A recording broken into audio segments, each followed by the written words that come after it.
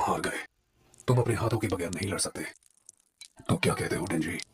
क्यों ना अपनी बची हुई सांसों से ग्रैंडडैड को मारने की माफी मांग लो?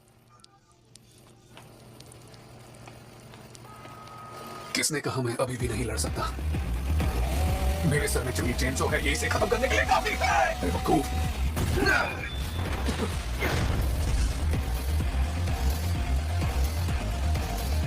क्या मेरे ग्रैंडडैड ने तुम्हें कभी नहीं सिखाया कि कब लड़ना बंद कर देना चाहिए? उनके लिए रहम की भीख मांगो और मैं तुम्हारा दर्द खत्म कर दूंगा। तुमने काफी अंदाजे और ध्यान से मेरे साथ परवाह किया और उसके लिए मैं आपका शुक्रिया अदा करता हूँ। हाँ। क्या तुम्हारे दादा ने तुम्हें ये नहीं सिखाया कि एक बीस्ट को कभी एक हंटर की बात का विश्वास नहीं करना चाहिए?